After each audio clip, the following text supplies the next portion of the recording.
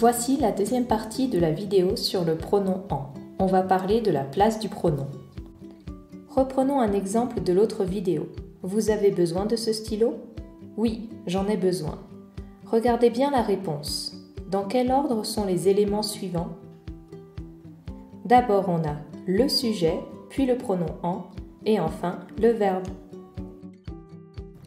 On a le pronom sujet, je ou j', le pronom « en » et le verbe « est » du verbe « avoir ». Observez cette autre phrase. Oui, j'en ai parlé. C'est au passé composé, ça fonctionne de la même manière avec le pronom sujet, le pronom « en » et le verbe avec l'auxiliaire et le participe passé. Regardons maintenant la négation. Tu as une voiture? Non, je n'en ai pas. Dans quel ordre sont les éléments suivants? On a le pronom sujet, la première partie de la négation ne ou n', le pronom en suivi du verbe et de la deuxième partie de la négation pas. Récapitulons.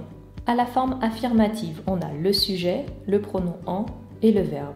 À la forme négative, on a le sujet, n', en, le verbe et pas la deuxième partie de la négation.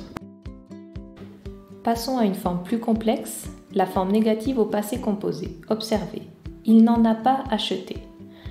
On a d'abord le sujet, il, la négation avec en, l'auxiliaire, avoir, la deuxième partie de la négation et enfin le participe passé, acheter. Voilà, c'était la deuxième partie de la vidéo sur la place du pronom en. N'oubliez pas la première partie sur l'utilisation du pronom. Merci.